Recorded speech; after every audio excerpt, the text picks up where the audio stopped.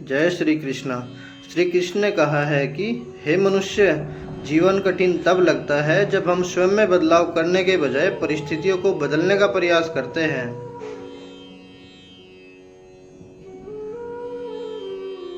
एक दिन गौतम बुद्ध से उनके शिष्य ने कहा कि मेरा आपसे एक निवेदन है। गौतम बुद्ध ने कहा, बताओ शिष्य, तुम क्या निवेदन करना चाहते हो या तुम्हारा क्या निवेदन है।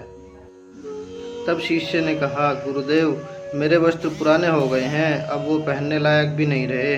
क्या आप मुझे नए वस्त्र देने का कष्ट कर सकते हैं।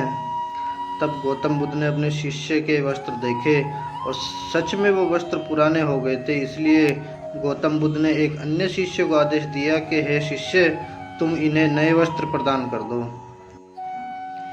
कुछ दिन बाद जब गौतम बुद्ध उस शिष्य से मिले तब उन्होंने पूछा, क्या तुम्हें अब अपने नए वस्त्रों में आराम मिल रहा है, तुम्हें कुछ और तो नहीं चाहिए ना।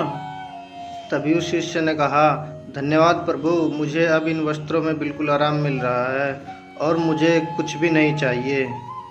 गौतम बुद्ध ने शिष्य से पूछा कि अब जब तुम्हारे पास नए वस्त्र आ गए हैं तो तुमने अपने पुराने वस्त्रों का क्या किया है। तब उस शिष्य ने बड़ी निडरता से कहा कि हे गुरुदेव, अब मैं उसे ओढ़ने के प्रयोग में ला रहा हूँ। तब बुद्ध ने कहा, तो तुमने अपने पुराने ओढ़ने के लिए जो ओढ़नी रखी थी उसका क्या किया। तब शिष्य ने कहा, जी मैंने उसे खिड़की पर पर्दे की जगह लगा दिया है गुरुदेव। गौतम बुद्ध ने फिर से एक प्रश्न पूछा कि तुमने जो पुराने पर्दे का कपड़ा था उसका क्या किया, क्या तुमने उसे फेंक दिया। तो शिष्य ने बड़ी विनम्रता से कहा, नहीं गुरुदेव, मैंने पुराने पर्दे को अभी तक फेंका नहीं है, मैंने तो उसके 4 टुकड़े किए हैं और उन टुकड़ों का उपयोग मैं रसोई में गर्म पतीलों को आग से उतारने के लिए कर रहा हूँ गुरुदेव। तभी फिर से गौतम बुद्ध ने एक प्रश्न पूछा कि हे शिष्य, तुमने अपने रसोई के पुराने कपड़ों का क्या किया। तब शिष्य ने कहा, अब मैं उन्हें पोछा लगाने के लिए उपयोग में लेने वाला हूँ। तभी गौतम बुद्ध ने कहा, तो फिर तुम्हारे पुराने पोछे का क्या हुआ।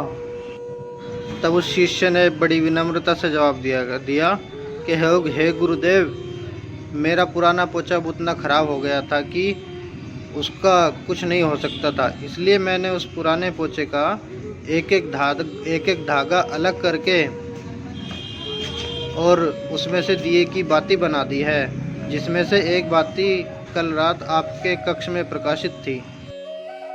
तब गौतम बुद्ध मन ही मन प्रसन्न हो उठे और गौतम बुद्ध अपने शिष्य से संतुष्ट थे।